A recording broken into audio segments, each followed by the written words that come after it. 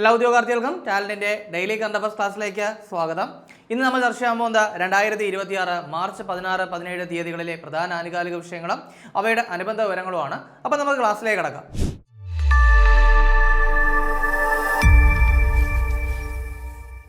അപ്പോൾ 2026 പ്രധാനമായിട്ട് ഒരുപാട് എക്സാംസ് വരാനിരിക്കുകയാണ്. നമുക്ക് തന്നെ അറിയാം, അതായത് 10th ലെവൽ എക്സാമുകൾ ഒരുപാട് നടക്കാനുണ്ട്. അപ്പോൾ ഇതിൻ്റെയൊക്കെ മെയിൻസ് 10th ലെവലിൻ്റെ മെയിൻസ് എക്സാം എഴുതണമെങ്കിൽ തന്നെ എന്ത് ചെയ്യണം? പ്രിലിംസ് പാസ്സാവണം അല്ലേ? അപ്പോൾ ആ പ്രിലിംസ് പാസ്സാവാനായിട്ട് നിങ്ങളെ ഹെൽപ്പ് ചെയ്യുന്ന തരത്തിൽ ടാലന്റ് ഒരു റെക്കോർഡ് ക്ലാസ് സ്റ്റാർട്ട് ചെയ്തിട്ടുണ്ട്. വെറും 749 രൂപയാണ് ഈ ഒരു കോഴ്സിൻ്റെ റേറ്റ് വരുന്നത്. ഈ 749 രൂപയാണെന്ന് വിചാരിച്ചുകൊണ്ട് ഫീച്ചേഴ്സ് ഒന്നും കുറവൊന്നുമില്ല. 200 മണിക്കൂറിലേറുള്ള റെക്കോർഡ് ക്ലാസ്സുകളുണ്ട്, മോഡൽ എക്സാം ഉണ്ട്, ടോപ്പിക് ബേസ് എക്സാം ഉണ്ട്, കറണ്ട് അഫയേഴ്സ് ക്ലാസ്സുകളുണ്ട്, പ്രീവിയസ് ഇയർ ക്വസ്റ്റ്യൻ ഡിസ്കഷൻസ് ഉണ്ട്, then new and old SCRT ക്ലാസ്സുകളുണ്ട്. അപ്പോൾ ഇതെല്ലാം അടങ്ങിയ മെന്റർ സപ്പോർട്ടും ദെൻ സിലബസ് ഫുള്ളായിട്ട് കവർ ചെയ്യുന്ന തരത്തിലുള്ള ഒരു റെക്കോർഡ് ക്ലാസ് ആണ് ഈ ഒരു 749 രൂപയ്ക്ക് നൽകുന്നത്. സോ പർച്ചേസ് ചെയ്യാനായിട്ട് ഡിസ്ക്രിപ്ഷനിൽ ലിങ്ക് ഉണ്ടാവും, അതുവഴി നിങ്ങൾക്ക് പർച്ചേസ് ചെയ്യാവുന്നതാണ്. അപ്പോൾ നമുക്ക് എന്തായാലും ഇന്നത്തെ ആദ്യത്തെ കണ്ടന്റിലേക്ക് പോകാം. അപ്പോൾ അതിനു മുൻപ് ഇന്ന് നമുക്ക് ഒരുപാട് കാര്യങ്ങൾ ചർച്ച ചെയ്യാനുണ്ട് കേട്ടോ, ഒരുപാട് പ്രധാനപ്പെട്ട കണ്ടന്റ് ചർച്ച ചെയ്യാനുണ്ട്. സോ നമ്മുടെ ക്ലാസ് കുറച്ച് ലെങ്തി ആയിരിക്കും, എന്നാലും ഫുള്ളായിട്ട് കാണുക. ഇന്ന് കാരണം Oscar award, Jnanpith, Kendra Sahitya Akademi award, BCC award, then അതുപോലെ തന്നെ ചെറിയ മറ്റു ചില ഫാക്റ്റുകൾ. അപ്പോൾ ഇതെല്ലാം കൂടിയാണ് നമ്മൾ ചർച്ച ചെയ്യാൻ പോകുന്നത്. അപ്പോൾ നമുക്ക് ആദ്യത്തെ പോയിന്റ് നോക്കാം. ഓസ്കാർ അവാർഡ് അല്ലെങ്കിൽ 98ാമത് അക്കാദമി അവാർഡ്സ് 2026. അപ്പോൾ 2026 എന്ത് ചെയ്തിരിക്കുന്നു? ഓസ്കാർ അവാർഡ് അഥവാ അക്കാദമി അവാർഡ്സ് പ്രഖ്യാപിച്ചിരിക്കുകയാണ്. 98ാമത്തെ ഓസ്കാർ ആണ് എന്ത് ചെയ്തിരിക്കുന്നത്? പ്രഖ്യാപിച്ചിരിക്കുന്നത് എന്നുള്ള കാര്യം നിങ്ങൾ ആദ്യമേ ഒന്ന് മനസ്സിലാക്കി വെച്ചേക്കാം. ദെൻ നമുക്ക് എന്ത് ചെയ്യാം? ഓരോ പ്രധാനപ്പെട്ട കാറ്റഗറികളിലേക്കും പോവാം. ആർക്കൊക്കെയാണ് പുരസ്കാരം എന്നുള്ള കാര്യം നോക്കാം. അപ്പോൾ ആദ്യത്തെ അവാർഡ് എന്ന് പറയുന്നത് മികച്ച ചിത്രം എന്ന് പറയുന്ന കാറ്റഗറിയാണ്. വൺ ബാറ്റിൽ ആഫ്റ്റർ അനദർ. എന്താണ് വൺ ബാറ്റിൽ ആഫ്റ്റർ അനദർ എന്ന് പറയുന്ന സിനിമയ്ക്കാണ് മികച്ച ചിത്രത്തിനുള്ള പുരസ്കാരം കിട്ടിയത്. ഇനി അതേ ചിത്രം സംവിധാനം ചെയ്ത പോൾ തോമസ് ആൻഡേഴ്സൺ ആണ് മികച്ച സംവിധായകനുള്ള പുരസ്കാരം. അപ്പോൾ എളുപ്പമല്ലേ? മികച്ച ചിത്രം വൺ ബാറ്റിൽ ആഫ്റ്റർ അനദർ, ദെൻ ആ ചിത്രം സംവിധാനം ചെയ്ത പോൾ തോമസ് ആൻഡേഴ്സൺ മികച്ച സംവിധായകനുള്ള പുരസ്കാരം കിട്ടി. ഇത് കൃത്യമായിട്ടൊന്ന് മനസ്സിലാക്കി വെച്ചേക്കുക. ദെൻ ഇനി നമുക്ക് എന്ത് ചെയ്യാം? അടുത്ത കാറ്റഗറിയിലേക്ക് പോവാം. അടുത്ത കാറ്റഗറി മികച്ച നടൻ എന്നുള്ള കാറ്റഗറിയാണ്. മികച്ച നടൻ എന്നുള്ള കാറ്റഗറിയിൽ മൈക്കിൾ ബി ജോർദാൻ ആണ്. ആർക്കാണ്? മൈക്കിൾ ബി ജോർദാൻ ആണ്. ഏതാണ് ചിത്രം എന്ന് ചോദിച്ചു കഴിഞ്ഞാൽ സിനേഴ്സ്. ഏതാണ്? സിനേഴ്സ് എന്ന് പറയുന്ന ചിത്രത്തിലെ പ്രകടനത്തിന് മൈക്കിൾ ബി ജോർദാന് മികച്ച നടനുള്ള പുരസ്കാരം കിട്ടി. അപ്പോൾ നടൻ നോക്കുന്നെങ്കിൽ എന്താണ്? ഇനി അടുത്ത് മികച്ച നടിക്കുള്ള പുരസ്കാരം നോക്കണം അല്ലേ? അപ്പോൾ മികച്ച നടി എന്ന് പറയുന്നത് ജെസ്സി ബക്ലി. ആരാണ്? ജെസ്സി ബക്ലി ആണ്. ചിത്രം ഹാംനെറ്റ്. ഹാംനെറ്റ് എന്ന് പറയുന്ന ചിത്രത്തിലെ പ്രകടനത്തിന് ആർക്ക്? ജെസ്സി ബക്ലിക്ക് പുരസ്കാരം കിട്ടി. അപ്പോൾ മികച്ച നടൻ, മികച്ച നടി, മികച്ച ചിത്രം, മികച്ച സംവിധാനം, 4 കാറ്റഗറി ചർച്ച ചെയ്തേ. ഇനി അടുത്തത് മികച്ച സഹനടനും മികച്ച സഹനടിയും. അപ്പോൾ മികച്ച സഹനടൻ എന്ന് പറയുന്നത് സീൻ പെൻ. ആരാണ്? സീൻ പെൻ ആണ്. അദ്ദേഹത്തിന് വൺ ബാറ്റിൽ ആഫ്റ്റർ അനദർ എന്ന് പറയുന്ന ചിത്രത്തിലെ പ്രകടനത്തിനാണ് പുരസ്കാരം കിട്ടിയത്. ദെൻ മികച്ച സഹനടിയാണ് ആമി മാഡിഗൻ. ആരാണ്? ആമി മാഡിഗൻ ആണ് മികച്ച സഹനടി. ദെൻ ചിത്രം വെപ്പൺസ് എന്ന് പറയുന്ന ചിത്രത്തിലെ പ്രകടനത്തിനാണ് ആമി മാഡിഗന് എന്ത് ചെയ്തത്? ഈ ഒരു പുരസ്കാരം കിട്ടിയെന്നുള്ള കാര്യം ഒന്ന് നോട്ട് ചെയ്യുക. ഇനി മികച്ച ഒറിജിനൽ തിരക്കഥ. എന്താണ് മികച്ച ഒറിജിനൽ തിരക്കഥ ഏതെന്നാണ്? അത് റയാൻ കുഗ്ലർക്കാണ് ഈ ഒരു അവാർഡ് കിട്ടിയത്. റയാൻ കുഗ്ലർക്കാണ് ഈ ഒരു അവാർഡ് കിട്ടിയത്. അദ്ദേഹത്തിന്റെ സിനേഴ്സ് എന്ന് പറയുന്ന ചിത്രത്തിന്റെ തിരക്കഥ ഇദ്ദേഹത്തിൻ്റെതായിരുന്നു. സോ അദ്ദേഹത്തിനാണ് പുരസ്കാരം എന്നുള്ള കാര്യം ഓർക്കുക. ദെൻ മികച്ച അഡാപ്റ്റഡ് തിരക്കഥ. അപ്പോൾ എന്താണ് മികച്ച അഡാപ്റ്റഡ് സ്ക്രീൻ പ്ലേ ഏതാണെന്ന് ചോദിച്ചു കഴിഞ്ഞാൽ അത് പോൾ തോമസ് ആൻഡേഴ്സൺ ആണ് അവാർഡ്. വൺ ബാറ്റിൽ ആഫ്റ്റർ അനദർ എന്ന് പറയുന്ന ചിത്രത്തിന്റെ തിരക്കഥയ്ക്കാണ് പുരസ്കാരം കിട്ടിയതെന്നുള്ള കാര്യം ഒന്ന് ഓർത്തു വയ്ക്കുക. ഇനി അതുപോലെ തന്നെ നിങ്ങൾ ഓർത്ത് വെക്കേണ്ട ഒരു കാര്യം കൂടിയുണ്ട്. അതായത് തോമസ് പിഞ്ചന്റെ വൈൻലാൻഡ് എന്ന് പറയുന്ന ആ ഒരു ബുക്കിനെ ആസ്പദമാക്കിയാണ് ഈ പറയുന്ന വൺ ബാറ്റിൽ ആഫ്റ്റർ അനദറിന്റെ തിരക്കഥ എഴുതിയിരിക്കുന്നത്. സോ അതാണ് ഇവിടെ പറഞ്ഞത്. ഒന്നെന്ന് പറയുന്നത് മികച്ച ഒറിജിനൽ തിരക്കഥയാണ്, അത് റയാൻ കുഗ്ലർക്കാണ്. അദ്ദേഹത്തിന് സിനേഴ്സ് എന്ന് പറയുന്ന ചിത്രത്തിന്റെ തിരക്കഥയ്ക്കാണ് പുരസ്കാരം. പക്ഷേ ഇവിടെ ഈ പറയുന്ന വൺ ബാറ്റിൽ ആഫ്റ്റർ അനദറിന്റെ തിരക്കഥ എന്ന് പറയുന്നത് ഒരു അഡാപ്റ്റഡ് ആയിട്ടുള്ള സ്ക്രീൻ പ്ലേ ആണ്. സോ അതുകൊണ്ടാണ് അതിന് മികച്ച അഡാപ്റ്റഡ് തിരക്കഥ എന്ന് പറയുന്നത് അല്ലെങ്കിൽ അഡാപ്റ്റഡ് സ്ക്രീൻ പ്ലേ എന്ന് പറയുന്ന കാറ്റഗറിയിൽ അവാർഡ് കിട്ടിയെന്നുള്ള കാര്യം നോട്ട് ചെയ്യുക. ഇനി അടുത്തത് മികച്ച ആനിമേറ്റഡ് ചിത്രമാണ്. ഏതിനാണ് പുരസ്കാരം എന്ന് ചോദിച്ചു കഴിഞ്ഞാൽ കെ പോപ്പ് ഡെമൺ ഹണ്ടേഴ്സ്. എന്താണ്? കെ പോപ്പ് ഡെമൺ ഹണ്ടേഴ്സ് എന്ന് പറയുന്ന ചിത്രത്തിനാണ് പുരസ്കാരം. അതുപോലെ മികച്ച അന്താരാഷ്ട്ര ചിത്രം. എന്താണ്? മികച്ച അന്താരാഷ്ട്ര ചിത്രം അഥവാ ബെസ്റ്റ് ഇന്റർനാഷണൽ ഫിലിം ഏതാണെന്ന് ചോദിച്ചു കഴിഞ്ഞാൽ സെന്റിമെന്റൽ വാല്യൂ. ഏതാണ്? Sentimental value. നമ്മളുടെ മികച്ച ചിത്രം പറഞ്ഞു, അതെന്ന് പറയുന്നത് വൺ ബാറ്റിൽ ആഫ്റ്റർ അനദർ ആണ്. പക്ഷേ ഇവിടെ മികച്ച അന്താരാഷ്ട്ര ചിത്രം എന്ന് പറയുന്നത് ഏതാണ്? അത് സെന്റിമെന്റൽ വാല്യൂ ആണ്. ദെൻ അടുത്തത് മികച്ച ഡോക്യുമെന്ററി ഡോക്യുമെന്ററി ചിത്രം ഏതാണെന്ന് ചോദിച്ചു കഴിഞ്ഞാൽ മിസ്റ്റർ നോബഡി അഗൈൻസ്റ്റ് പുടിൻ. എന്താണ് മിസ്റ്റർ നോബഡി അഗൈൻസ്റ്റ് പുടിൻ എന്ന് പറയുന്നതാണ് മികച്ച ഡോക്യുമെന്ററി ചിത്രം എന്ന് പറയുന്നത്. ഓക്കെ, ഇനി അടുത്ത 2 അവാർഡുകൾ. നമ്മൾ ഈ 2 കാറ്റഗറികൾ ശരിക്കും പറഞ്ഞു കഴിഞ്ഞാൽ മുൻപൊക്കെ നമുക്ക് ഇതിൻ്റെ ആവശ്യമില്ലായിരുന്നു. പക്ഷേ ഇപ്പോൾ ഈ 2 അവാർഡുകൾ നിങ്ങൾ പ്രധാനമായിട്ടൊന്ന് നോക്കി വയ്ക്കാം. അതിൽ ആദ്യത്തെ എന്ന് പറയുന്നത് മികച്ച സിനിമാറ്റോഗ്രാഫി എന്ന് പറയുന്ന കാറ്റഗറിയാണ്. മികച്ച ഛായാഗ്രഹണത്തിനുള്ള പുരസ്കാരം ആർക്കാണെന്ന് ചോദിച്ചു കഴിഞ്ഞാൽ ഓട്ടം ഡ്യൂറാൾഡ് അർക്കപ്പാവ്. ആർക്കാണ്? ഓട്ടം ഡ്യൂറാൾഡ് അർക്കപ്പാവിനാണ്. അതായത് സിനേഴ്സ് എന്ന് പറയുന്ന ചിത്രത്തിന്റെ സിനിമാറ്റോഗ്രാഫി നിർവഹിച്ചത് ആരാണ്? ഓട്ടം ഡ്യൂറാൾഡ് അർക്കപ്പാവാണ്. പിന്നെ എന്തിന് ഈ ഒരു കാറ്റഗറി ഇവിടെ ചർച്ച ചെയ്തെന്ന് ചോദിച്ചാൽ ആദ്യമായിട്ടാണ് ഈ ഒരു അക്കാഡമി അവാർഡ്സിൽ ഈ ഒരു കാറ്റഗറി സിനിമാറ്റോഗ്രാഫി എന്ന് പറയുന്ന കാറ്റഗറിയിൽ ഓട്ടം ഡ്യൂറാൾഡ് അർക്കപ്പാവ്, അതായത് ഒരു വനിതയ്ക്ക് എന്ത് ചെയ്തത്? അവാർഡ് കിട്ടിയത്. അപ്പോൾ സിനിമാറ്റോഗ്രാഫി എന്ന് പറയുന്ന കാറ്റഗറിയിൽ ഓസ്കാർ നേടുന്ന ആദ്യത്തെ വനിത ആരാണെന്ന് ചോദിച്ചു കഴിഞ്ഞാൽ ഓട്ടം ഡ്യൂറാൾഡ് അർക്കപ്പാവാണ്. കൃത്യമായിട്ട് നോട്ട് ചെയ്യുക. ദെൻ മികച്ച കാസ്റ്റിംഗ്, അതായത് ഈ ഒരു കാറ്റഗറി ഈ ഒരു ഓസ്കാറിൽ ആദ്യമായിട്ടാണ് ഈ ഒരു കാറ്റഗറിക്ക് അവാർഡ് കൊടുക്കുന്നത്. കാരണം 2025 ഡിക്ലെയർ ചെയ്തു ഈ ഒരു കാറ്റഗറിക്ക് അവാർഡ് ഉണ്ടാവുമെന്ന്. പക്ഷേ 98ാമത് അക്കാദമി അവാർഡ്സിലാണ് ആദ്യമായിട്ട് മികച്ച കാസ്റ്റിങ്ങിനുള്ള അവാർഡ് കൊടുക്കുന്നത്. അത് ആർക്കാണെന്ന് ചോദിച്ചു കഴിഞ്ഞാൽ കസാന്ദ്ര കുലുക്കുണ്ടിസിനാണ്. ചിത്രം വൺ ബാറ്റിൽ ആഫ്റ്റർ അനദർ എന്ന് പറയുന്നതിനാണ് പുരസ്കാരം. സോ ഇത്രയും കാര്യങ്ങളാണ് നമുക്ക് എന്ത് ചെയ്യാനുള്ളത്? നമ്മുടെ 98ാമത് ഓസ്കാർ അഥവാ അക്കാഡമി അവാർഡുമായിട്ട് ബന്ധപ്പെട്ട ചർച്ചയാണുള്ളത്. അതിൽ മികച്ച ചിത്രം, മികച്ച സംവിധാനം, മികച്ച നടൻ, മികച്ച നടി, ഇത് ബേസിക് ആയിട്ട് നോക്കി വെക്കേണ്ട കാര്യങ്ങളാണ്. അതിനുശേഷം ഏറ്റവും പ്രയോറിറ്റി കൊടുത്ത മികച്ച സിനിമാറ്റോഗ്രാഫിയും മികച്ച കാസ്റ്റിങ്ങും എന്ത് ചെയ്യുക? നോക്കി വയ്ക്കുക. മികച്ച കാസ്റ്റിംഗ് ആദ്യമായിട്ട് അവാർഡ് കൊടുക്കുന്നു. ഇനി മികച്ച സിനിമാറ്റോഗ്രാഫിക്ക് ആദ്യമായിട്ടൊരു വനിതയ്ക്ക് അവാർഡ് കിട്ടുന്നു. സോ ഈ പ്രത്യേകതകൾ കൃത്യമായിട്ട് മനസ്സിലാക്കുക. അടുത്തത് ജ്ഞാനപീഠമാണ്. നമുക്കറിയാം നമ്മുടെ സാഹിത്യ മേഖലയ്ക്ക് നൽകുന്ന ഏറ്റവും പരമോന്നതമായ പുരസ്കാരം. നമ്മുടെ ദേശീയ തലത്തിൽ എന്താണ്? നമ്മുടെ സാഹിത്യത്തിന് നൽകുന്ന ഏറ്റവും പരമോന്നതമായ പുരസ്കാരമാണ് ഏതെന്ന് പറയുന്നത്? ജ്ഞാനപീഠം. അപ്പോൾ ഇവിടെ 2025 അല്ലെങ്കിൽ 60ാമത് ജ്ഞാനപീഠ പുരസ്കാരം എന്ത് ചെയ്തിരിക്കുന്നു? പ്രഖ്യാപിച്ചിരിക്കുന്നു. 2 കാര്യങ്ങൾ ഇങ്ങനെ ഓർക്കുക. ഒന്ന് 2025 ജ്ഞാനപീഠമെന്നോ അല്ലെങ്കിൽ 60ാമത് ജ്ഞാനപീഠമെന്നോ ഓർത്തു വയ്ക്കുക. ആർക്കാണ് പുരസ്കാരം എന്ന് ചോദിച്ചു കഴിഞ്ഞാൽ ആർ വൈരമുത്തുവാണ്. ഇദ്ദേഹം എന്താണ്? ഒരു തമിഴ് സാഹിത്യകാരനാണ്. അപ്പോൾ തമിഴ് ഗാനരചയിതാവാണ്. അതുപോലെ തന്നെ എന്താണ്? അതുപോലെ തന്നെ തമിഴ് കവിയാണ്. അപ്പോൾ കൃത്യമായിട്ട് നോട്ട് ചെയ്ത് വയ്ക്കുക. ആർക്കാണ്? ആർ വൈരമുത്തുവിനാണ് 2025 അല്ലെങ്കിൽ 60ാമത് ജ്ഞാനപീഠ പുരസ്കാരം. ഇനി ഈ ഒരു പുരസ്കാരം കിട്ടുന്ന എത്രാമത്തെ എന്താണ്? തമിഴ്നാട്ടിൽ നിന്നുള്ള വ്യക്തിയാണ്. തമിഴ്നാട്ടിൽ നിന്നുള്ള എത്രാമത്തെ വ്യക്തിയാണ് അദ്ദേഹം? അപ്പോൾ 3ാമത്തെ വ്യക്തി. ഈ ഒരു പുരസ്കാരം കിട്ടുന്ന 3ാമത്തെ തമിഴ് സാഹിത്യകാരനാണ് ആരെന്ന് പറയുന്നത്? ആർ വൈരമുത്തു എന്ന് പറയുന്നത്. കൃത്യമായിട്ട് നോട്ട് ചെയ്ത് വയ്ക്കുക. കാരണം ഇദ്ദേഹത്തിന് ഇതിനു മുൻപ് തന്നെ മറ്റൊരുപാട് അവാർഡുകൾ കിട്ടിയിട്ടുള്ളൊരു വ്യക്തി കൂടിയാണ് അദ്ദേഹം. കാരണം 2003 എന്ന് പറയുന്ന വർഷത്തിൽ ഇദ്ദേഹത്തിന് പത്മശ്രീ കിട്ടിയിട്ടുണ്ട് കേട്ടോ. പത്മശ്രീ കിട്ടിയിട്ടുണ്ട്. അതുപോലെ തന്നെ എന്താണ്? ഇദ്ദേഹത്തിന് 2003 തന്നെ കേന്ദ്ര സാഹിത്യ അക്കാദമി അവാർഡ് തമിഴ് വിഭാഗത്തിൽ കിട്ടിയിട്ടുണ്ട്. അതായത് കള്ളിക്കാട്ട് ഇതിഹാസം എന്ന് പറയുന്ന രചനയ്ക്ക് ഇദ്ദേഹത്തിന് 2003 കേന്ദ്ര സാഹിത്യ അക്കാദമി അവാർഡ് കിട്ടിയിട്ടുണ്ട്. ദെൻ 2014 ഇദ്ദേഹത്തിന് പത്മഭൂഷൺ കിട്ടിയിട്ടുണ്ട് കേട്ടോ. അപ്പോൾ 2003 പത്മശ്രീയും കേന്ദ്ര സാഹിത്യ അക്കാദമി അവാർഡും 2014 പത്മഭൂഷൺ അവാർഡും കിട്ടിയ വ്യക്തിയാണ് ആർ വൈരമുത്തു എന്ന് പറയുന്നത്. ഇനി ഇദ്ദേഹത്തിന് 7 നാഷണൽ അവാർഡ്, മികച്ച ഗാനരചയിതാവിനുള്ള 7 നാഷണൽ അവാർഡ് കിട്ടിയിട്ടുള്ള ഒരു വ്യക്തി കൂടിയാണ് ആരെന്ന് പറയുന്നത്? ആർ വൈരമുത്തു. അപ്പോൾ അതത്രയും ഒന്ന് കൃത്യമായിട്ട് തന്നെ നോട്ട് ചെയ്യുക. അപ്പോൾ ഇവിടെ പറഞ്ഞു 2025 അല്ലെങ്കിൽ 60ാമത് ജ്ഞാനപീഠ പുരസ്കാരം ആർ വൈരമുത്തുവിനാണെന്നുള്ള കാര്യം ഓർക്കുക. ദെൻ അതുപോലെ തന്നെ പറഞ്ഞു ഈ ഒരു പുരസ്കാരം കിട്ടുന്ന 3ാമത്തെ തമിഴ് സാഹിത്യകാരനാണ് ഇദ്ദേഹം എന്ന് പറയുകയുണ്ടായി. അതായത് ഏകദേശം 5 നൂറ്റാണ്ടിലേറെ ആയിട്ട് തമിഴ് സാഹിത്യത്തിന് നൽകിയ സംഭാവനകൾ പരിഗണിച്ചുകൊണ്ടാണ് ഇദ്ദേഹത്തിന് എന്ത് ചെയ്തിരിക്കുന്നത്? ഈ ഒരു അവാർഡ് കൊടുത്തിരിക്കുന്നത് എന്നുള്ള കാര്യം കൂടി ഒന്ന് നോട്ട് ചെയ്ത് വയ്ക്കുക. ഇനി അതുപോലെ തന്നെ 1980 അദ്ദേഹം സിനിമയിൽ അരങ്ങേറ്റം കുറിക്കുന്നത് കേട്ടോ. 1980 ഭാരതി രാജ സംവിധാനം ചെയ്ത നിഴൽകൾ എന്ന് പറയുന്ന ചിത്രത്തിലൂടെയാണ് അദ്ദേഹം സിനിമയിൽ അരങ്ങേറ്റം കുറിക്കുന്നത് ഗാനരചയിതാവായിട്ട്. അപ്പോൾ അത് ജസ്റ്റ് ഒന്നൊരു പോയിന്റ് ആയിട്ടൊന്ന് ഓർത്ത് വെച്ചാൽ മതിയാവും. അപ്പോൾ ഇവിടെ പറഞ്ഞത് എന്താണ്? 60ാമത്തെ ആണ് നമ്മൾ പറഞ്ഞത് അല്ലേ? അപ്പോൾ അങ്ങനെയാണെങ്കിൽ നമ്മൾ എന്തായാലും തൊട്ട് മുൻപത്തെ അവാർഡ് കൂടെ ഒന്ന് നോക്കി വെക്കുന്നത് നല്ലതായിരിക്കും. അപ്പോൾ 59ാമത് അല്ലെങ്കിൽ 2024 ജ്ഞാനപീഠം ആർക്കാണെന്ന് ചോദിച്ചു കഴിഞ്ഞാൽ അത് വിനോദ് കുമാർ ശുക്ല. ആർക്കാണ്? വിനോദ് കുമാർ ശുക്ലയാണ്. ഹിന്ദി സാഹിത്യകാരനാണ്. പക്ഷേ ഛത്തീസ്ഗഡിൽ നിന്ന് ഈ ഒരു പുരസ്കാരം കിട്ടുന്ന ആദ്യത്തെ വ്യക്തി വിനോദ് കുമാർ ശുക്ലയാണ്. അതുകൂടി പഠിക്കുക. ദെൻ ജ്ഞാനപീഠത്തിന്റെ പ്രൈസ് മണി എന്ന് പറയുന്നത് 11 ലക്ഷവും അതുപോലെ തന്നെ സരസ്വതി ദേവിയുടെ ശില്പവുമാണ് എന്നുള്ളൊരു കാര്യം കൂടി ഒന്ന് പഠിച്ചു വെച്ചേക്കുക. ഇനി അടുത്തത് ഏറ്റവും പ്രധാനപ്പെട്ട മറ്റൊരു അവാർഡ്, അതായത് കേന്ദ്ര സാഹിത്യ അക്കാദമി പുരസ്കാരം 2026 പ്രഖ്യാപിച്ചത്. പക്ഷേ എന്താണ് 2025 പുരസ്കാരമാണ്. അപ്പോൾ ഓൾറെഡി തന്നെ 2025 മറ്റു ചില കേന്ദ്ര സാഹിത്യ അക്കാദമി പുരസ്കാരങ്ങൾ നമ്മൾ ചർച്ച ചെയ്തിട്ടുണ്ടായിരുന്നു അല്ലേ. മികച്ച യുവ സാഹിത്യ പുരസ്കാരവും അതുപോലെ തന്നെ മികച്ച ബാലസാഹിത്യ പുരസ്കാരവും നമ്മൾ ചർച്ച ചെയ്തിട്ടുണ്ടായിരുന്നു. അതായത് മികച്ച ബാലസാഹിത്യം ശ്രീജിത്ത് മുത്തേടത്തിന്റെ പെൻഗിനുകളുടെ വൻകരയിൽ എന്ന് പറയുന്ന പുസ്തകത്തിനാണ് നമ്മൾ ചർച്ച ചെയ്തല്ലേടാ.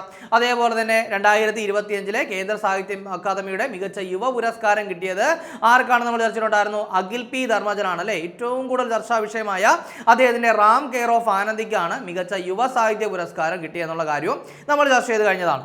ഇപ്പോൾ കേന്ദ്ര സാഹിത്യ അക്കാദമിയുടെ അടുത്ത കാറ്റഗറി ഏതാണ്? അത് നമ്മുടെ കേന്ദ്ര സാഹിത്യ അക്കാദമി പുരസ്കാരം മലയാള വിഭാഗത്തിലെ മെയിൻ അവാർഡാണ്. അത് കിട്ടിയത് എൻ പ്രഭാകരനാണ്. ആർക്കാണ്? എൻ പ്രഭാകരനാണ്.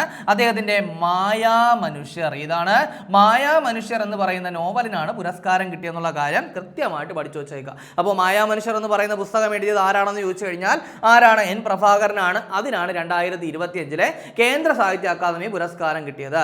കേന്ദ്ര സാഹിത്യ അക്കാദമി പുരസ്കാരം മാത്രമല്ല 2019 ഓടക്കുഴൽ പുരസ്കാരവും എന്ത് ചെയ്തിട്ടുണ്ട്? ഈ പറയുന്ന മായാമനുഷ്യർ എന്ന് പറയുന്ന പുസ്തകത്തിന് കിട്ടിയിട്ടുണ്ട്. അപ്പോൾ അതുകൂടെ നിങ്ങൾ എന്ത് ചെയ്യണം? ഒന്ന് പഠിച്ചു വെച്ചേക്കണം. അപ്പോൾ ഇവിടെ എന്തായാലും നമ്മൾ 2025 കേന്ദ്ര സാഹിത്യ അക്കാദമി അവാർഡാണ് പറഞ്ഞത് അല്ലേ. അപ്പോൾ അങ്ങനെയാണെങ്കിൽ മുൻ വർഷങ്ങളിൽ ഒരു 2 വർഷത്തെ അവാർഡെങ്കിലും എന്ത് ചെയ്യുക? ഒന്ന് നോക്കി വയ്ക്കുക. അപ്പോൾ 2024 എല്ലാവർക്കും അറിയാം അല്ലേ. കെ ജയകുമാറിനാണ് അദ്ദേഹത്തിന്റെ പിങ്കള കേശിനി എന്ന് പറയുന്ന പുസ്തകത്തിനാണ് 2024 കേന്ദ്ര സാഹിത്യ അക്കാദമി അവാർഡ് കിട്ടിയത്. ദെൻ അതിനു മുമ്പ് EV രാമകൃഷ്ണനാണ്. ഏതാണ് അത്? മലയാള നോവലിന്റെ ദേശകാലങ്ങൾ എന്ന് പറയുന്ന പുസ്തകത്തിനാണ് 2024 കേന്ദ്ര സാഹിത്യ അക്കാദമി അവാർഡ് മലയാള വിഭാഗത്തിൽ കിട്ടിയത്. സോ അതും കൂടെ എന്ത് ചെയ്യുക? ഒന്ന് കൃത്യമായിട്ട് പഠിച്ചു വച്ചേക്കുക. ഇനി അടുത്തത് മറ്റൊരു പ്രധാനപ്പെട്ട അവാർഡ് BCCI നമൻ അവാർഡ്. ശരിക്കും പറഞ്ഞാൽ എന്താണ്? BCCI അവാർഡാണ്. ഈവന്റിന്റെ പേര് തന്നെ ഇങ്ങനെയായിരുന്നു, BCCI നമൻ അവാർഡ് 2026. അതായത് 2026 നടന്നു എന്നേ ഉള്ളൂ. പക്ഷേ പ്രകടനങ്ങളൊക്കെ മുൻവർഷത്തെ പ്രകടനങ്ങളെ ബേസ് ചെയ്താണ്. അപ്പോൾ ഇതിൽ ഏറ്റവും പ്രധാനപ്പെട്ട ഒരു 3 അവാർഡ് നമ്മൾ നോക്കുന്നുള്ളൂ. കാരണം ഒരുപാട് അവാർഡുകൾ കൊടുക്കുന്നുണ്ട്. അതായത് മികച്ച ഡൊമസ്റ്റിക് ക്രിക്കറ്റ് താരത്തിനുള്ള അവാർഡ് കൊടുക്കുന്നുണ്ട്. അപ്പോൾ അങ്ങനെ കുറച്ച് അവാർഡുകളൊക്കെ കൊടുക്കുന്നുണ്ട്. പക്ഷെ നമ്മൾ ഏറ്റവും പ്രധാനപ്പെട്ട ഒരു 3 അവാർഡ് അതാണ് നോക്കുന്നത്. അപ്പോൾ 2024-25 വർഷത്തെ മികച്ച പുരുഷ അന്താരാഷ്ട്ര ക്രിക്കറ്റർ ആരാണ്? അല്ലെങ്കിൽ പോളി ഉംബ്രിഗർ ട്രോഫി ആർക്കാണ് എന്ന് ചോദിച്ചു കഴിഞ്ഞാൽ ശുഭ്മാൻ ഗില്ലിനാണ്. പ്രത്യേകിച്ച് പറയണ്ടല്ലോ, നമ്മുടെ ഇന്ത്യൻ ടീമിന്റെ ഓപ്പണർ ആണ്. അതുപോലെ തന്നെ ടെസ്റ്റ് ടീമിനെയും അതുപോലെ തന്നെ ഏകദിന ടീമിലൊക്കെ ഉള്ള വ്യക്തിയാണ് ആരെന്ന് പറയുന്നത് ശുഭ്മാൻ ഗില്ല്. അതുപോലെ IPL ഗുജറാത്ത് ടൈറ്റൻസിന്റെ താരമാണ് ശുഭ്മാൻ ഗില്ല്. സോ 2024-25 വർഷത്തെ മികച്ച പുരുഷ അന്താരാഷ്ട്ര ക്രിക്കറ്റർക്കുള്ള അവാർഡ് ആർക്കാണ് കിട്ടിയത്? ശുഭ്മാൻ ഗില്ലാണ്. നമ്മുടെ BCCIയുടെ ആണ്, നമ്മുടെ ഇന്ത്യയിൽ നിന്നുള്ള അവാർഡാണ് കേട്ടോ. ദെൻ അടുത്ത കാറ്റഗറി 2024-25 വർഷത്തെ മികച്ച വനിതാ അന്താരാഷ്ട്ര ക്രിക്കറ്റർ ആരാണ്? അത് സ്മൃതി മന്ദാനയാണ്. ഈ ഒരു താരത്തെ നമുക്കറിയാം അല്ലേ. അതായത് WPL വുമൺസ് പ്രീമിയർ ലീഗിൽ ബാംഗ്ലൂരിന് 2 കിരീടം നേടിക്കൊടുത്ത ക്യാപ്റ്റനാണ് സ്മൃതി മന്ദാന എന്ന് പറയുന്നത്. അതുപോലെ തന്നെ അന്താരാഷ്ട്ര ക്രിക്കറ്റിന്റെ എല്ലാ ഫോർമാറ്റിലും സെഞ്ചുറി നേടിയ ആദ്യ ഇന്ത്യൻ വനിത എന്ന് പറയുന്നത് ആര് തന്നെയാണ്? സ്മൃതി മന്ദാന തന്നെയാണ്. അപ്പോൾ അതൊന്ന് കൃത്യമായിട്ട് പഠിക്കുക. അപ്പോൾ 2 പ്രധാനപ്പെട്ട കാറ്റഗറി കഴിഞ്ഞു. ഇനി അടുത്ത കാറ്റഗറി എന്ന് പറയുന്നത് ലൈഫ് ടൈം അച്ചീവ്മെന്റ് പുരസ്കാരങ്ങളാണ്. അപ്പോൾ 2-3 ദിവസം മുന്നേയുള്ള ന്യൂസ് പേപ്പറുകളിൽ നമ്മൾ കണ്ടിട്ടുണ്ടായിരുന്നു BCCI അവാർഡ്സിൽ രാഹുൽ ദ്രാവിഡിന് ലൈഫ് ടൈം അച്ചീവ്മെന്റ് അവാർഡ് കൊടുക്കുന്നു. അതായത് ആ ഒരു പേര് മാത്രമേ അവിടെ സ്പെസിഫൈ ചെയ്ത് കണ്ടുള്ളൂ. പക്ഷേ പിള്ളേരെ ആ ഒരു ന്യൂസ് കണ്ടവരാണ് നിങ്ങളെങ്കിൽ കൃത്യമായിട്ട് ഇതൊന്ന് അപ്ഡേറ്റ് ചെയ്ത് വയ്ക്കുക. ലൈഫ് ടൈം അച്ചീവ്മെന്റ് അവാർഡ് 3 പേർക്കാണ് കൊടുത്തത്. അപ്പോൾ ലൈഫ് ടൈം അച്ചീവ്മെന്റ് പുരസ്കാരം നമ്മുടെ BCCIയുടെ അവാർഡ്സിൽ 2025 ലൈഫ് ടൈം അച്ചീവ്മെന്റ് അവാർഡ് 3 പേർക്കാണ്. ഒന്ന് രാഹുൽ ദ്രാവിഡ്, ഒന്ന് റോജർ ബിന്നി. ഇവർക്ക് 2 പേർക്കും CK Naidu life time achievement അവാർഡാണ് കേട്ടോ. അപ്പോൾ CK Naidu life time achievement അവാർഡാണ് രാഹുൽ ദ്രാവിഡിനും റോജർ ബിന്നിക്കും. അതായത് മികച്ച പുരുഷ താരം, അതായത് പുരുഷ താരങ്ങളുടെ ആജീവനാന്ത സംഭാവനകൾ മാനിച്ചാണ് ഈ ഒരു CK Naidu life time achievement award കൊടുത്തത് കേട്ടോ. അപ്പോൾ അവർക്ക് രാഹുൽ ദ്രാവിഡിനും റോജർ ബിന്നിക്കുമാണ്. ദെൻ രാഹുൽ ദ്രാവിഡ് അറിയാലോ, നമ്മുടെ ഇന്ത്യൻ ക്രിക്കറ്റിന്റെ വൻമതിൽ എന്നൊക്കെ അറിയപ്പെടുന്ന താരമാണ് രാഹുൽ ദ്രാവിഡ്. അതേപോലെ തന്നെ 2024 T20 വേൾഡ് കപ്പ് ഇന്ത്യ നേടുന്ന സമയത്ത് ഇന്ത്യൻ ടീമിന്റെ പരിശീലകൻ എന്ന് പറയുന്നത് ആരായിരുന്നു? രാഹുൽ ദ്രാവിഡ് ആയിരുന്നു അല്ലെ. സോ അതൊന്ന് പഠിച്ചു വെച്ചേക്കുക. ദെൻ റോജർ ബിന്നി, ഈ താരത്തെ അറിയാത്ത ആരും കാണില്ല. കാരണം നമ്മുടെ ഇതിനു മുൻപ് നമ്മുടെ BCCIയുടെ പ്രസിഡന്റ് എന്ന് പറയുന്നത് ആരായിരുന്നു? റോജർ ബിന്നി ആയിരുന്നു. അതുപോലെ തന്നെ 1983 നമ്മുടെ ഇന്ത്യ വേൾഡ് കപ്പ് നേടുമ്പോൾ, ആദ്യമായിട്ട് ഇന്ത്യ വേൾഡ് കപ്പ് നേടുമ്പോൾ ആ ടീമിൽ ആരുണ്ടായിരുന്നു? റോജർ ബിന്നി ഉണ്ടായിരുന്നു. അപ്പോൾ അതും കൂടെ ഒന്ന് പഠിച്ചു വയ്ക്കാം. ഇനി അടുത്തത് മിഥാലി രാജാണ്. അതായത് എന്താണ്? വനിതാ താരത്തിനുള്ള ലൈഫ് ടൈം അച്ചീവ്മെന്റ് അവാർഡ് ആർക്കാണ് ആർക്കാണ് കിട്ടിയത്? മിതാലി രാജാണ്. ലേഡി തെണ്ടുൽക്കർ എന്നറിയപ്പെടുന്നത് മിതാലി രാജാണ്. നമ്മുടെ ഇന്ത്യൻ വുമൺസ് ക്രിക്കറ്റിന് ഒരു ബേസ് ഉണ്ടാക്കിയത്, ഒരു അടിത്തറ ഉണ്ടാക്കിയത് ആരോ എന്ന് പറയുന്നത് ആരാണ്? ഈ പറയുന്ന മിതാലി രാജാണ് അല്ലേ. അപ്പോൾ അത് കൃത്യമായിട്ട് ഓർത്ത് വയ്ക്കാം. അപ്പോൾ ഇവിടെ ലൈഫ് ടൈം അച്ചീവ്മെന്റ് അവാർഡ് 3 പേർക്കാണ്. നിങ്ങൾ ഒരിക്കലും ന്യൂസ് ബേസ് ചെയ്ത് പോകരുത്. ആ ന്യൂസിൽ എന്താണ് ഉണ്ടായിരുന്നത്? രാഹുൽ ദ്രാവിഡിന് നൽകിയേക്കും, ഇങ്ങനെയായിരുന്നു ആ ന്യൂസ്. അപ്പോൾ രാഹുൽ ദ്രാവിഡിന് മാത്രമല്ല, ഇവിടെ റോജർ ബിന്നിക്കും കൊടുത്തിട്ടുണ്ട്, അതേപോലെ തന്നെ മിതാലി രാജിനും കൊടുത്തിട്ടുണ്ട്. കൃത്യമായിട്ടൊന്ന് പഠിച്ചു വയ്ക്കുക. ഇനി അടുത്തത് നമ്മുടെ മറ്റൊരു പ്രധാനപ്പെട്ട കാര്യം, ഇത് നിങ്ങളെ ഓർമ്മിപ്പിക്കേണ്ട ആവശ്യമില്ലെന്ന് എനിക്ക് തോന്നുന്നു. കാരണം നമ്മളൊക്കെ എല്ലാവരും കണ്ടതാണ്. അതായത് സംസ്ഥാനത്ത് നിയമസഭാ ഇലക്ഷൻ എന്ത് ചെയ്തു? പ്രഖ്യാപിച്ചിരിക്കുന്നു. അതിനർത്ഥം നമ്മളൊരു വലിയ അപ്ഡേഷന് വേണ്ടി തയ്യാറായിരിക്കുക എന്നുള്ളതാണ്. അതായത് എന്ത് ചെയ്യുന്നു? ഇനിയിപ്പോൾ പുതിയ മന്ത്രിസഭ വരും. അപ്പോൾ അതുമായിട്ട് ബന്ധപ്പെട്ട എന്തെങ്കിലും റെക്കോർഡുകൾ ഉണ്ടെങ്കിൽ അതുപോലെ തന്നെ പുതിയ മന്ത്രിസഭയാണെങ്കിൽ അതിനെ പറ്റിയുള്ള അപ്ഡേഷൻ. സോ ഒരു വലിയ ജോലി നമ്മളിലേക്ക് വരികയാണ്.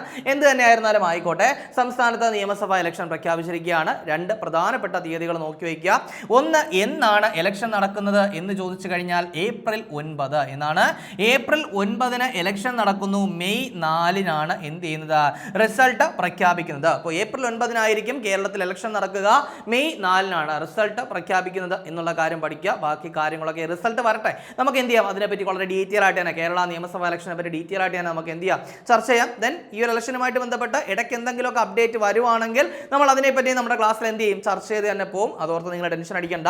പക്ഷേ ഇവിടെ നോക്കി വെക്കേണ്ട മറ്റൊരു കാര്യം കൂടിയുണ്ട്. കാരണം ഇതിന് മുൻപ് PSC ചോദിച്ചു, ഈ സമയത്ത് അല്ലെങ്കിൽ ലോക്സഭാ ഇലക്ഷനൊപ്പം ഇലക്ഷൻ നടന്ന സംസ്ഥാനങ്ങൾ ഏതൊക്കെയാണ്, അല്ലെങ്കിൽ ഈ മാസത്തിൽ ഇലക്ഷൻ നടന്ന സംസ്ഥാനങ്ങൾ ഏതൊക്കെയാണ്, ഇങ്ങനെയൊക്കെ മുൻപ് PSC ചോദിച്ചിട്ടുണ്ടല്ലേ. അപ്പോൾ അതുകൊണ്ട് കൃത്യമായിട്ട് നമ്മൾ നോക്കി വെക്കേണ്ട കാര്യങ്ങൾ, 2026 ഏപ്രിലിൽ നിയമസഭാ തെരഞ്ഞെടുപ്പ് നടക്കുന്ന സംസ്ഥാനങ്ങൾ ഏതൊക്കെയാണെന്ന് ചോദിച്ചു കഴിഞ്ഞാൽ ഒന്ന് നമ്മുടെ കേരളമാണ്.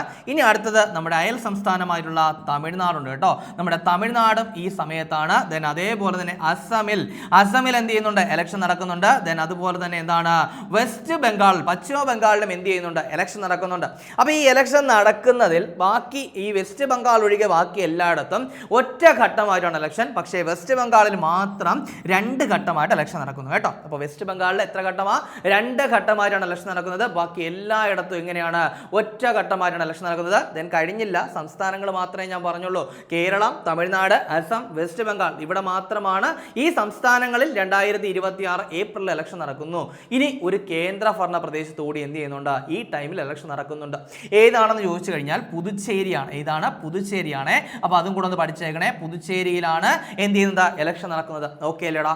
ഇനി അങ്ങനെയാണെങ്കിൽ 2 കാര്യങ്ങൾ കൂടി ഞാൻ പറഞ്ഞു പോവുകയാണ്. ബേസിക് കാര്യം നിങ്ങൾ അറിഞ്ഞിരിക്കേണ്ട ഫാക്ട് തന്നെയാണ്. നമ്മുടെ കേരളത്തിൽ ഇലക്ഷൻ എന്ന് പറഞ്ഞു. അപ്പോൾ അങ്ങനെയാണെങ്കിൽ 140 നിയോജക മണ്ഡലങ്ങളിലേക്കാണ് ഇലക്ഷൻ നടക്കുന്നത് എന്നുള്ള കാര്യം നിങ്ങൾക്ക് അറിയാം. ഇപ്പോൾ നിയമസഭയിൽ ആംഗ്ലോ ഇന്ത്യൻ പ്രതിനിധി ഇല്ല, അതും നിങ്ങൾക്കറിയാം.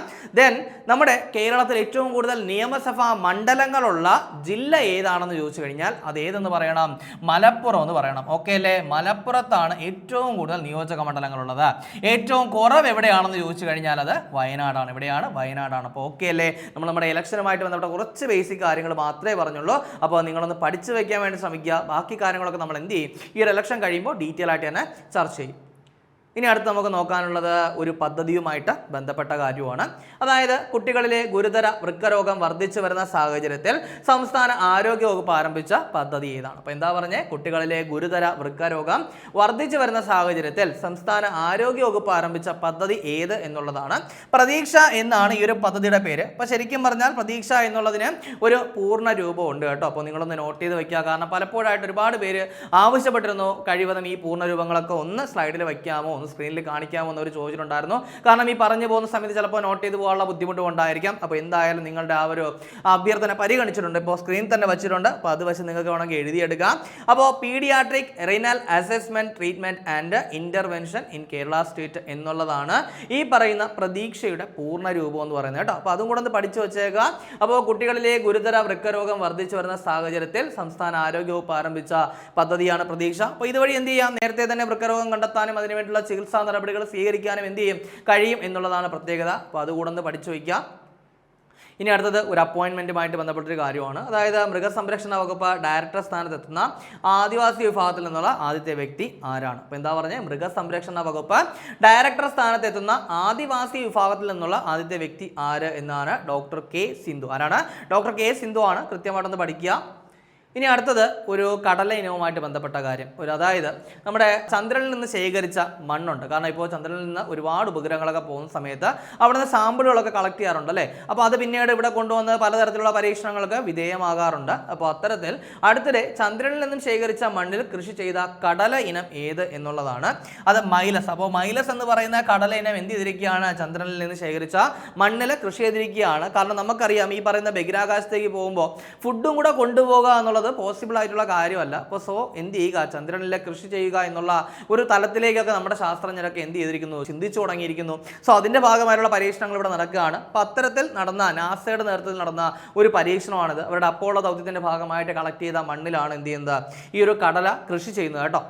ഇനി അടുത്ത് നമുക്ക് നോക്കാനുള്ള പോയിന്റ്, വേവ് ഓഫ് ലൈഫ് സ്ഥാപിതമാകുന്നത് എവിടെയാണ്? അപ്പോൾ ഇതാണ് വേവ് ഓഫ് ലൈഫ് സ്ഥാപിതമാകുന്നത് എവിടെയാണെന്ന് ചോദിച്ചു കഴിഞ്ഞാൽ കൊച്ചിയിലാണ്. അപ്പോൾ ഒന്ന് കൃത്യമായിട്ടൊന്ന് പഠിച്ചു വെച്ചേക്കുക.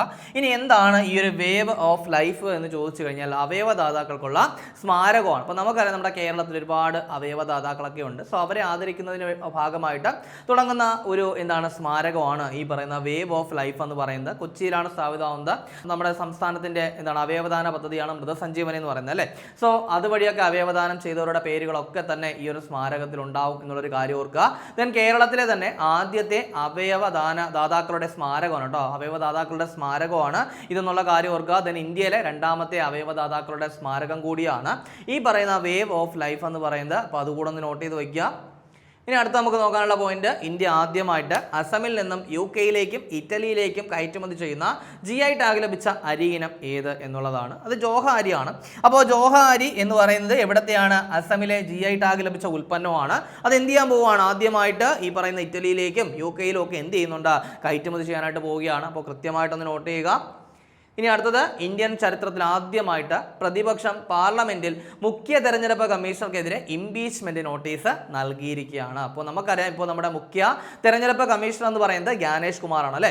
അപ്പോൾ അദ്ദേഹത്തിനെതിരായിട്ട് പ്രതിപക്ഷം എന്ത് ചെയ്തിരിക്കുന്നു, ഒരു ഇംപീച്ച്മെന്റ് നോട്ടീസ് നൽകിയിരിക്കുകയാണ്. അപ്പോൾ ശ്രദ്ധിക്കേണ്ട കാര്യം എന്ന് പറയുന്നത്, നമ്മുടെ സുപ്രീം കോടതി ജഡ്ജിനെ നീക്കം ചെയ്യുന്നത് പോലെ തന്നെ ഇംപീച്ച്മെന്റിലൂടെ മാത്രമേ എന്ത് ചെയ്യാൻ സാധിക്കുകയുള്ളൂ, ഈ പറയുന്ന മുഖ്യ തെരഞ്ഞെടുപ്പ് കമ്മീഷണറെ ഇംപീച്ച്മെന്റ് ചെയ്യാനായിട്ട് പറ്റുകയുള്ളൂ. നിങ്ങൾ കൃത്യമായിട്ട് മനസ്സിലാക്കി വെച്ചേക്കേണ്ട ഒരു കാര്യം തന്നെയാണ്. അതായത് 324 ക്ലോസ് 5 എന്ന് പറയുന്ന ആർട്ടിക്കിളിലാണ് ഈ ഒരു കാര്യം പറഞ്ഞിരിക്കുന്നത്. 324 ക്ലോസ് 5 എന്ന് പറയുന്ന ആർട്ടിക്കിളിലാണ് ഈ പറയുന്ന മുഖ്യ തെരഞ്ഞെടുപ്പ് കമ്മീഷണറെ ഇംപീച്ച് ചെയ്യുന്നതുമായിട്ട് ബന്ധപ്പെട്ട കാര്യം പറഞ്ഞിരിക്കുന്നത്. പക്ഷേ നമ്മുടെ തിരഞ്ഞെടുപ്പ് കമ്മീഷണർമാരെ ഇംപീച്ച്മെന്റിനൊന്നും വിധേയരാക്കേണ്ട ആവശ്യമില്ല. നമ്മുടെ മുഖ്യ തെരഞ്ഞെടുപ്പ് കമ്മീഷണറുടെ ഒരു റിപ്പോർട്ടിന്റെ ബേസിൽ എന്ത് ചെയ്യാൻ പറ്റും, അവരെ നീക്കം ചെയ്യാനായിട്ട് സാധിക്കും. പക്ഷേ മുഖ്യ തെരഞ്ഞെടുപ്പ് കമ്മീഷണറെ എങ്ങനെ മാത്രമേ നീക്കം ചെയ്യാൻ സാധിക്കുകയുള്ളൂ, ഈ പറയുന്ന ഇംപീച്ച്മെന്റിലൂടെ മാത്രമേ നീക്കം ചെയ്യാൻ സാധിക്കുകയുള്ളൂ. അതൊന്ന് മനസ്സിലാക്കി വെച്ചേക്കുക.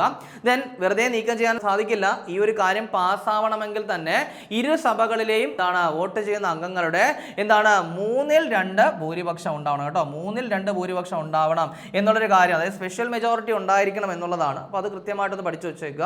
അടുത്ത നമുക്ക് നോക്കാനുള്ളത് വളരെ പ്രധാനപ്പെട്ട ഒരു കേസാണ്. ഏകദേശം 40 വർഷത്തോളം സുപ്രീം കോടതിയിൽ നീണ്ടുപോയ ഒരു കേസ് ഇപ്പോൾ എന്ത് ചെയ്തിരിക്കുന്നു, സുപ്രീം കോടതി അവസാനിപ്പിച്ചിരിക്കുകയാണ്. അതായത് ഈ പറയുന്നത് MC Mehta versus union of India എന്ന് പറയുന്ന കേസിനെ പറ്റിയാണ്. 1985 MC മേത്ത എന്ത് ചെയ്യുന്ന ഒരു പൊതു താല്പര്യ ഹർജി സുപ്രീം കോടതിയിൽ എന്ത് ചെയ്യുന്ന കൊടുക്കുന്നത്. അതായത് ജീവിക്കാനുള്ള അവകാശം ആർട്ടിക്കിൾ 21 അത് നമുക്ക് നേടിത്തരുന്നതിൽ എന്ത് ചെയ്യുന്നു, നമ്മുടെ കേന്ദ്ര സർക്കാരും അതുപോലെ തന്നെ നമ്മുടെ മറ്റ് ഭരണകൂടങ്ങളും എന്ത് ചെയ്തു, പരാജയപ്പെട്ടു എന്നത് പറഞ്ഞുകൊണ്ടാണ് ഒരു പൊതു താല്പര്യ ഹർജി ഈ പറയുന്ന MC മേത്ത സുപ്രീം കോടതിയിൽ സമർപ്പിക്കുന്നത്. പിന്നീട് അതിൽ പറഞ്ഞ ചില കാര്യങ്ങളൊക്കെ എന്ത് ചെയ്യുന്നു, അതിലൊക്കെ കുറേ വിധി പറഞ്ഞുവെങ്കിലും അതിനുശേഷം വന്ന വായു മലിനീകരണവുമായിട്ട് ബന്ധപ്പെട്ട കുറേ കാര്യങ്ങളൊക്കെ ഇടക്കാല അപേക്ഷകളായിട്ട് ഈ കേസിനൊപ്പം ഇങ്ങനെ പരിഗണിച്ച് ഇതിങ്ങനെ നീണ്ടുപോയതാണ്. ഇല്ലായിരുന്നെങ്കിൽ നേരത്തെ കഴിയേണ്ടതാണ്. കാരണം ഈ പറയുന്ന ഡൽഹിയിലെ വായു മലിനീകരണ പ്രശ്നങ്ങളൊക്കെ നമുക്ക് അറിയാവുന്നതാണ്. എന്തായാലും 40 വർഷങ്ങൾക്ക് ശേഷം അല്ലെങ്കിൽ 4 പതിറ്റാണ്ടുകൾക്ക് ശേഷം ഈ പറയുന്ന MC Mehta versus union of India എന്ന് പറയുന്ന കേസ് സുപ്രീം കോടതി എന്ത് ചെയ്തിരിക്കുന്നു, അവസാനിപ്പിച്ചിരിക്കുകയാണ്. അപ്പോൾ അത് കൃത്യമായിട്ട് നോട്ട് ചെയ്യുക. ഇനി അടുത്ത് നമുക്ക് നോക്കാനുള്ളത് ടൂത്തിക്കോറിൻ വിമാനത്താവളത്തിന്റെ പുതിയ പേര് എന്താണ്? അപ്പോൾ ഒരുപാട് കഷ്ടപ്പെട്ടെന്ന് നിങ്ങൾ ആലോചിക്കേണ്ട. എന്താണ് ടൂത്തിക്കോറിൻ വിമാനത്താവളത്തിന്റെ പുതിയ പേര് എന്ന് പറയുന്നത്? തൂത്തുക്കുടി വിമാനത്താവളം. എന്താണ് തൂത്തുക്കുടി വിമാനത്താവളം? നമുക്കറിയാം ഇപ്പോൾ ഈ പറയുന്ന കൊളോണിയൽ കാലത്തെ വേർഡുകളൊക്കെ മാറ്റിക്കൊണ്ടേ ഇരിക്കുകയാണ്. അപ്പോൾ അതിന്റെ ഭാഗമായിട്ട് ഇത് ശരിക്കും പറഞ്ഞാൽ ദീർഘകാലമായിട്ട് തമിഴ്നാടൊക്കെ ആവശ്യപ്പെടുന്ന ഒരു കാര്യമാണ് തൂത്തുക്കുടി വിമാനത്താവളം എന്ന് ആക്കണമെന്ന്. പക്ഷേ ഇപ്പോൾ എന്ത് ചെയ്തിരിക്കുന്നു, അതിന് അംഗീകാരം കിട്ടിയിരിക്കുകയാണ്. ഈ പറയുന്ന തൂത്തുക്കുടി വിമാനത്താവളം ഉദ്ഘാടനം ചെയ്തത് 1992 ഈ ഒരു കാര്യം കൂടെ നിങ്ങൾ എന്ത് ചെയ്യുക, ഒന്ന് പഠിച്ചു വെച്ചേക്കുക. ഇനി അടുത്ത് നമുക്ക് നോക്കാനുള്ളത് നമ്മുടെ ഏറ്റവും പ്രധാനപ്പെട്ട ഒരു ചർച്ചാ വിഷയമാണ്. നമ്മളെപ്പോൾ ദിവസവും രാവിലെ എണീച്ച് അന്വേഷിക്കുന്ന ഒരു കാര്യമാണ് ഇന്നെങ്കിലും ഗ്യാസ് കിട്ടുമോ എന്നുള്ളതാണ്. ദെൻ ഈ പറയുന്ന ഹോസ്റ്റൽ അങ്ങനെയൊക്കെ താമസിക്കുന്ന ആൾക്കാരൊക്കെ ആണെങ്കിൽ ഈ പറയുന്ന മെസ്സിൻ്റെയും അതേപോലെ തന്നെ അല്ലാതെ പുറത്തുപോയി ഫുഡ് കഴിക്കാനൊക്കെ നോക്കുമ്പോൾ പല ഹോട്ടലുകളൊക്കെ അടച്ചൊരു സ്ഥിതിയിലാണ്. കാരണം ഗ്യാസ് ഇല്ല എന്നുള്ളത് തന്നെയാണ്. അപ്പോൾ ഇവിടെ നമ്മൾ അതുമായിട്ട് ബന്ധപ്പെട്ട ഒരു കാര്യമാണ്. അതായത് പശ്ചിമേഷ്യൻ യുദ്ധത്തിൻ്റെ പശ്ചാത്തലത്തിൽ LPGയുമായിട്ട് ഹോർമോസ് കടലിടുക്ക് കടന്ന ഇന്ത്യൻ കപ്പലുകൾ ഏതൊക്കെയാണ്? അപ്പോൾ എന്താ പറഞ്ഞേ, ഈ ഒരു പശ്ചിമേഷ്യൻ യുദ്ധത്തിന്റെ പശ്ചാത്തലത്തിൽ LPGയുമായിട്ട് ഹോർമോസ് കടലിടുക്ക് കടന്ന ഇന്ത്യൻ കപ്പലുകൾ ഏതൊക്കെയാണ്? സിവാലിക്കും നന്ദാദേവിയും. ഏതൊക്കെയാണ്? സിവാലിക്കും നന്ദാദേവിയാണ്. സോ ഈ രണ്ട് കപ്പലുകൾ ഹോർമോസ് കടലിടുക്ക് കടന്നിരിക്കുകയാണ്. സോ അതുകൊണ്ട് തന്നെ വളരെ വൈകാതെ തന്നെ ഇവിടെ എന്ത് ചെയ്യും, ഗ്യാസ് എത്തിച്ചേരും എന്ന് തന്നെയാണ് നമുക്ക് പറയാനായിട്ട് സാധിക്കുന്നത്. ഇനി അടുത്ത് നമുക്ക് നോക്കാനുള്ള പോയിന്റ് എന്ന് പറയുന്നത് ബ്രിട്ടനുമായിട്ട് ബന്ധപ്പെട്ടൊരു കാര്യമാണ്. അതായത് അടുത്തിടെ സ്വന്തം കറൻസി നോട്ടുകളിൽ നിന്ന് പ്രമുഖ വ്യക്തികളുടെ ചിത്രങ്ങൾ ഒഴിവാക്കിയിട്ട് പകരം തദ്ദേശീയമായ വന്യജീവികളുടെയും പ്രകൃതി ദൃശ്യങ്ങളുടെയും ചിത്രങ്ങൾ ഉൾപ്പെടുത്താനായിട്ട് തീരുമാനിച്ച രാജ്യം ഏത് എന്നുള്ളതാണ്. അപ്പോൾ എന്ത് ചെയ്യുകയാണ്, ഒരു രാജ്യം അവരുടെ കറൻസിയുടെ പിന്നിലുള്ള പ്രമുഖരായിട്ടുള്ള വ്യക്തികളുടെ ചിത്രങ്ങൾ മാറ്റിയിട്ട് അതിന് പകരമായിട്ട് എന്ത് കൊണ്ടുവരികയാണ്, വന്യജീവികളുടെയും പ്രകൃതി ദൃശ്യങ്ങളുടെയും ഒക്കെ ചിത്രങ്ങൾ കൊണ്ടുവരാൻ പോവുകയാണ്. ഏതാണ് ആ രാജ്യം എന്ന് ചോദിച്ചു കഴിഞ്ഞാൽ ബ്രിട്ടനാണ്. സോ ഇതിന്റെ ഭാഗമായിട്ട് ഇവരുടെ കറൻസിയുടെ പിന്നിലുണ്ടായിരുന്ന നമ്മുടെ വിൻസ്റ്റൺ ചർച്ചിൽ പോലുള്ള ആൾക്കാരുടെ ഒക്കെ ചിത്രങ്ങൾ മാറും. പകരം എന്ത് ചെയ്യുന്നു, പുതിയ വന്യജീവികൾ, പക്ഷികൾ, അതുപോലെ തന്നെ പ്രകൃതി ദൃശ്യങ്ങൾ, ഇതൊക്കെ എന്ത് ചെയ്യും, വരും എന്നാണ് പറയുന്നത്. സോ അത് വരട്ടെ. ആ സമയത്ത് നമ്മൾ എന്ത് ചെയ്യും, വളരെ ഡീറ്റെയിൽ ആയിട്ടൊരു അപ്ഡേറ്റ് ചെയ്യണം, നമുക്ക് എന്ത് ചെയ്യാം. ഇനി അടുത്ത് നമുക്ക് നോക്കാനുള്ള പോയിന്റ് ഇന്ത്യയുടെ 94ാമത് ഗ്രാൻഡ് മാസ്റ്റർ ആരാണ്? അപ്പോൾ എന്താണ് ഇന്ത്യയുടെ 94ാമത് ഗ്രാൻഡ് മാസ്റ്റർ ആര് എന്നുള്ളതാണ്? മായങ്ക് ചക്രവർത്തി. ആരാണ്? മായങ്ക് ചക്രവർത്തിയാണ്. അപ്പോൾ ഈ മായങ്ക് ചക്രവർത്തി എന്ന് പറയുന്നത് അസമിൽ നിന്നുള്ള വ്യക്തിയാണെന്നുള്ള കാര്യം ഒന്ന് നോട്ട് ചെയ്ത് വെച്ചേക്കുക. അപ്പോൾ ഇന്ത്യയുടെ 94ാമത് ഗ്രാൻഡ് മാസ്റ്റർ ആയുള്ള മായങ്ക് ചക്രവർത്തി ഒരു അസംകാരനാണ്. ഇനി നോർത്ത് ഈസ്റ്റിൽ നിന്നും ഗ്രാൻഡ് മാസ്റ്റർ പദവി കിട്ടുന്ന ആദ്യത്തെ താരമാണ് ആരെന്ന് പറയുന്നത്? മായങ്ക് ചക്രവർത്തി കേട്ടോ. അപ്പോൾ ഈ നോർത്ത് ഈസ്റ്റിൽ നിന്ന് ഗ്രാൻഡ് മാസ്റ്റർ ആവുന്ന ആദ്യത്തെ വ്യക്തിയാണ്. അതും കൂടെ പഠിക്കുക. ഇനി ഒരു പ്രധാനപ്പെട്ട കാര്യം കൂടി നമുക്ക് ചർച്ച ചെയ്യാനുള്ളൂ. അതായത് നമ്മുടെ ഫൈനലിസിമയുമായിട്ട് ബന്ധപ്പെട്ട കാര്യമാണ്. ഈ വർഷം നടക്കാനിട്ടുന്നൊരു പ്രധാനപ്പെട്ട ഈവൻ്റാണ് ഫൈനലിസിമ എന്ന് പറയുന്നത്. നമുക്കറിയാം യൂറോ കപ്പ് ജേതാക്കളും കോപ്പ അമേരിക്ക ജേതാക്കളും തമ്മിലാണ് ഫൈനലിസിമ പോരാട്ടത്തിൽ ഏറ്റുമുട്ടുന്നത്. ശരിക്കും പറഞ്ഞാൽ 2026 ഫൈനലിസിമ, അതായത് 2024 കോപ്പ അമേരിക്ക ജേതാക്കളും 2024 യൂറോ കപ്പ് ജേതാക്കളും ആരൊക്കെയാണ്? കോപ്പ അമേരിക്ക അർജന്റീനയ്ക്കും യൂറോ കപ്പ് സ്പെയിനുമാണ്. അപ്പോൾ ഇവർ രണ്ടുപേരുമാണ് ഏറ്റുമുട്ടേണ്ടിയിരുന്നത്. അതായത് ഈ ഒരു മാർച്ച് മാസത്തിൽ എവിടെയാണ്? ഖത്തറിൽ വെച്ചാണ് നടക്കാനിരുന്നത്. ഖത്തറിലെ ലൊസൈൽ സ്റ്റേഡിയത്തിലാണ് മത്സരം നടക്കാനിരുന്നത്. പക്ഷേ പശ്ചിമേഷ്യയിലെ യുദ്ധസമാനമായ സാഹചര്യങ്ങൾ കാരണം എന്ത് ചെയ്യുകയുണ്ടായി? ഇതിപ്പോൾ റദ്ദ് ചെയ്യുകയാണ് ചെയ്യുന്നത്. കാരണം 2026 അങ്ങോട്ട് പോകുമ്പോൾ വേൾഡ് കപ്പ് പോലെയുള്ള കാര്യങ്ങളൊക്കെ വരികയാണ്. അതുമാത്രമല്ല സ്പെയിൻ്റെ കുറച്ച് ടൈറ്റ് ആയിട്ടുള്ള ഷെഡ്യൂളൊക്കെ കാരണം ഇനി ഈ ഒരു മത്സരം ഇപ്പോൾ നടത്താൻ സാധിക്കില്ല. സോ അതുകൊണ്ട് എന്ത് ചെയ്യുകയായിരുന്നു? ഇത് നിർത്തലാക്കുകയായിരുന്നു. സോ ഒന്ന് കൃത്യമായിട്ട് പഠിച്ചു വയ്ക്കുക. ഫൈനലിസിമ എന്ന് പറയുന്നത് ഏത് കായിക ഇനവുമായി ബന്ധപ്പെട്ടിരിക്കുന്നു എന്ന് ചോദിച്ചു കഴിഞ്ഞാൽ ഏതാണ്? ഫുട്ബോളുമായിട്ട് ബന്ധപ്പെട്ടിരിക്കുന്നു. അത് കൃത്യമായിട്ടൊന്ന് പഠിച്ചു വയ്ക്കുക. അപ്പോൾ ഇനിയിപ്പോൾ ഡിഗ്രി പ്രിലിംസ് എക്സാമുകളൊക്കെ സ്റ്റാർട്ട് ചെയ്യാൻ പോവുകയാണ്. അപ്പോൾ അതിനുവേണ്ടി തയ്യാറെടുക്കുന്ന ഉദ്യോഗാർത്ഥികൾക്ക് വേണ്ടിയിട്ട് talent degree prelims come mains rank fail പുറത്തിറക്കിയിട്ടുണ്ട്. 3 വോളിയമായിട്ട് മുൻവർഷ ചോദ്യങ്ങളൊക്കെ ഉൾപ്പെടുത്തിയാണ് ഈ ഒരു റാങ്ക് ഫെയിൽ തയ്യാറാക്കിയിട്ടുള്ളത്. നിങ്ങളുടെ വീടിനടുത്തുള്ള ബുക്ക് സ്റ്റോളുകളിലും ആമസോൺ, ഫ്ലിപ്കാർട്ട്, മീഷോ എന്നീ പ്ലാറ്റ്ഫോമുകളിലും ടാലന്റിൻ്റെ വെബ്സൈറ്റ് ആയിട്ടുള്ള veranada.channelkerala.com ഈ പുസ്തകങ്ങൾ ലഭ്യമാണ്. ഇനി നമുക്ക് ചർച്ച ചെയ്ത പോലുള്ള ഒന്നുകൂടി നോക്കാം. ആദ്യം പറഞ്ഞത് അക്കാദമി അവാർഡ്സ് ആയിരുന്നു. 2026 ഓസ്കാർ അവാർഡ് അല്ലെങ്കിൽ 98ാമത് ഓസ്കാർ അവാർഡ്. മികച്ച ചിത്രം വൺ ബാറ്റിൽ ആഫ്റ്റർ അനദർ ആണെന്നുള്ള കാര്യം നോട്ട് ചെയ്യുക. ദെൻ മികച്ച സംവിധായകൻ പോൾ തോമസ് ആൻഡേഴ്സൺ ആണ്. ഇനി അതേപോലെ തന്നെ മികച്ച നടൻ മൈക്കിൾ ബി ജോർദാനാണ് സിനേഴ്സ് എന്ന് പറയുന്ന ചിത്രത്തിലെ പ്രകടനത്തിന്. അതേപോലെ തന്നെ മികച്ച നടി ജെസ്സി ബഗ്ലിയാണ് ചിത്രം ഹാംനെറ്റ്. അപ്പോൾ ഇത് ഇത്രയും കൃത്യമായിട്ട് നോട്ട് ചെയ്യേണ്ട കാര്യങ്ങളാണ്. ഇനി അതിനുശേഷം 2025 ജ്ഞാനപീഠം പറഞ്ഞു. ആർക്കാണ്? ആർ വൈരമുത്തുവിനാണ്. 60ാമത്തെ ജ്ഞാനപീഠമാണ്. ജ്ഞാനപീഠം കിട്ടുന്ന തമിഴ്നാട്ടിൽ നിന്നുള്ള 3ാമത്തെ വ്യക്തിയാണ്. അതിനുശേഷം 2025 കേന്ദ്ര സാഹിത്യ അക്കാദമി അവാർഡ് പറഞ്ഞു. ആർക്കാണ്? എൻ പ്രഭാകരനാണ്. മായാമനുഷ്യർ എന്ന് പറയുന്ന പുസ്തകത്തിനാണ് പുരസ്കാരം കിട്ടിയത്. ദെൻ 2024 പോകുമ്പോൾ കെ ജയകുമാറാണ്. 23 അവാർഡാണെങ്കിൽ ഇ വി രാമകൃഷ്ണനാണ്. കൃത്യമായിട്ട് പഠിക്കുക. 2025 യുവ പുരസ്കാരവും അതുപോലെ തന്നെ ബാലസാഹിത്യ പുരസ്കാരവും ഓൾറെഡി തന്നെ പ്രഖ്യാപിച്ചതാണ്. യുവ പുരസ്കാരം ആർക്കാണെന്ന് ചോദിച്ചു കഴിഞ്ഞാൽ ആർക്കാണ്? അഖിൽ പി ധർമ്മജനാണ്. അതേപോലെ തന്നെ ബാലസാഹിത്യം ആർക്കാണെന്ന് ചോദിച്ചു കഴിഞ്ഞാൽ ശ്രീജിത്ത് മൂത്തേടത്തിനാണ്. അപ്പോൾ ഇതൊക്കെ കൃത്യമായിട്ട് പഠിക്കുക. ഇനി വരുന്ന പരീക്ഷയ്ക്ക് പ്രതീക്ഷിക്കാം കേട്ടോ. ദെൻ BCCI നമൻ അവാർഡ് പറഞ്ഞു. 3 കാറ്റഗറിയാണ് പറഞ്ഞത്. ഒന്ന് 2024-25 വർഷത്തെ മികച്ച പുരുഷ ക്രിക്കറ്റർ ആരാണ്? ശുഭ്മാൻ ഗിൽ അല്ലേ. ദെൻ വനിതാ ക്രിക്കറ്റർ ആണെങ്കിൽ സ്മൃതി മന്ദാന.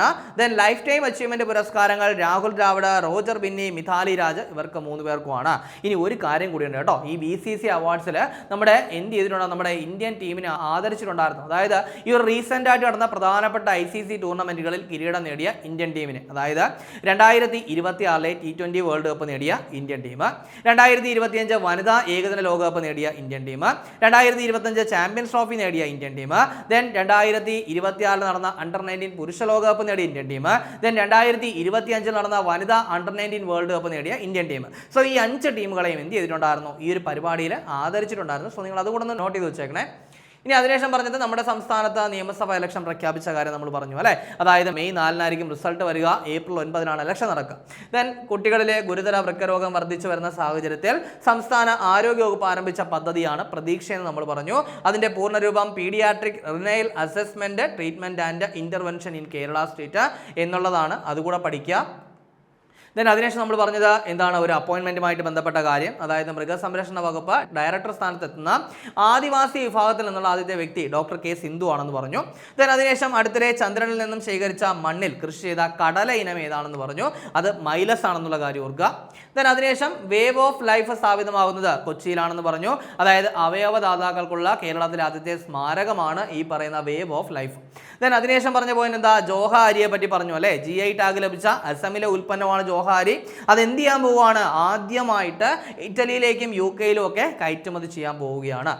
ദെൻ അതിനുശേഷം ഒരു ഇംപീച്ച്മെന്റുമായിട്ട് ബന്ധപ്പെട്ട കാര്യം പറഞ്ഞു. നമ്മുടെ മുഖ്യ തെരഞ്ഞെടുപ്പ് കമ്മീഷണർ ആരാണ്, ജ്ഞാനേഷ് കുമാർ. സോ അദ്ദേഹത്തിനെതിരായിട്ട് പ്രതിപക്ഷം എന്ത് ചെയ്തിരിക്കുന്നു, ഒരു ഇംപീച്ച്മെന്റ് നോട്ടീസ് നൽകിയിരിക്കുകയാണ്. അതായത് ആദ്യമായിട്ടാണ് ഇത്തരത്തിലൊരു മുഖ്യ തെരഞ്ഞെടുപ്പ് കമ്മീഷണർക്കെതിരെ ഒരു ഇംപീച്ച്മെന്റ് നോട്ടീസ് നൽകുന്നത്. പക്ഷേ പാസ്സാവണമെങ്കിൽ എന്ത് ചെയ്യണം, 3/2 ഭൂരിപക്ഷം വേണം.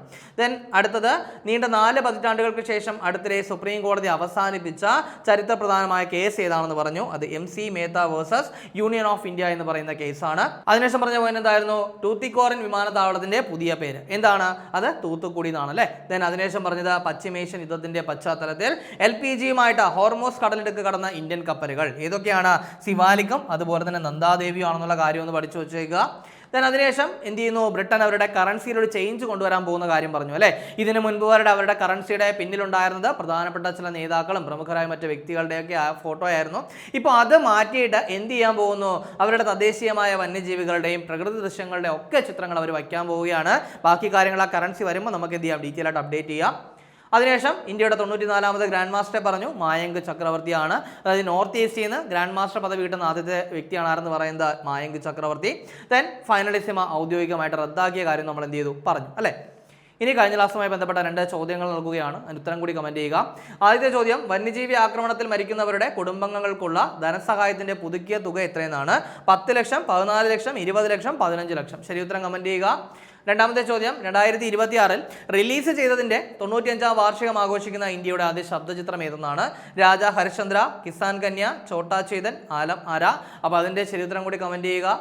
ഇനി കഴിഞ്ഞ ക്ലാസ് നൽകിയിരുന്ന 2 ചോദ്യങ്ങളുടെ ഉത്തരം കൂടി നോക്കാം. ആദ്യത്തെ ചോദ്യം എന്ന് പറയുന്നത് 2026 കുമാരനാശാൻ ദേശീയ കവി പുരസ്കാരത്തിന് അർഹനായത് ആരെന്നാണ്. അപ്പോൾ സീതാകാന്ത മഹാപത്രയാണ് ഇതിന്റെ ശരി ഉത്തരം എന്ന് പറയുന്നത്. കൃത്യമായിട്ടൊന്ന് പഠിച്ചു വെച്ചേക്കുക. ഒറിയ സാഹിത്യകാരനാണെന്നുള്ള കാര്യം നോട്ട് ചെയ്യുക. ദെൻ ഇദ്ദേഹത്തിന് സമ്മാനത്തുകയായിട്ട് കിട്ടുക 5 ലക്ഷമാണ്. ഇനി അതുപോലെ തന്നെ ഈ ഒരു കുമാരനാശാൻ എന്താണ്, നമ്മുടെ മലയാള പുരസ്കാരം കൂടി ഉണ്ടായിരുന്നു. അത് കിട്ടിയത് സച്ചിദാനന്ദനാണ്. ദെൻ അദ്ദേഹത്തിന് പ്രൈസ് മണിയായിട്ട് കിട്ടുന്നത് 3 ലക്ഷം രൂപയാണ്. ഇനി രണ്ടാമത്തെ ചോദ്യം, 6ാമത് അക്ഷര പുരസ്കാരത്തിന് അർഹനായത് ആരെന്നാണ്. അത് അതിൻ്റെ റൈറ്റ് ആൻസർ എന്ന് പറയുന്നത് UK കുമാരനാണ് എന്നുള്ള കാര്യം ഒന്ന് ഓർത്തു വയ്ക്കുക. തക്ഷൻ കുന്ന് സ്വരൂപം എന്ന് പറയുന്ന പുസ്തകത്തിനാണ് പുരസ്കാരം കിട്ടിയെന്നുള്ള കാര്യം കൂടി ഒന്ന് കൃത്യമായിട്ട് പഠിച്ചു വെച്ചേക്കുക. അതിന് തന്നെ കേരള സാഹിത്യ അക്കാദമി അവാർഡും അതുപോലെ തന്നെ വയലാർ അവാർഡും ഒക്കെ കിട്ടിയിട്ടുണ്ട് കേട്ടോ. അപ്പോൾ അതും കൂടെ ഒന്ന് പഠിക്കുക. അപ്പോൾ നമ്മളിന്ന് ചർച്ച ചെയ്ത ചോദ്യങ്ങളും അതുപോലെ തന്നെ അതിൻ്റെ ഉത്തരങ്ങളും ചർച്ച ചെയ്ത പോയിന്റിലും ഒക്കെ മനസ്സിലായെന്ന് വിചാരിക്കുന്നു. വളരെ കാര്യമായിട്ട് നല്ലതുപോലെ തന്നെ ഡെയിലി കറണ്ട് അഫയേഴ്സ് അപ്ഡേറ്റ് ചെയ്ത് പോവുക, നല്ലപോലെ വർക്ക് ചെയ്യുക, എത്രയും പെട്ടെന്നൊരു ജോലി നേടിയെടുക്കുക. 2026 മാർച്ച് 16, 17 തീയതികളിലെ പ്രധാന ആനുകാലിക വിഷയങ്ങളും അവയുടെ അനുബന്ധ വിവരങ്ങളുമാണ് നമ്മൾ ചർച്ച ചെയ്ത് കഴിഞ്ഞത്. അപ്പോൾ ഈ ചർച്ച ചെയ്ത പോയിന്റുകളൊക്കെ മനസ്സിലായെന്ന് വിചാരിക്കുന്നു. മറ്റൊരു ക്ലാസ്സുമായി നമുക്ക് അടുത്ത ദിവസം കാണാം.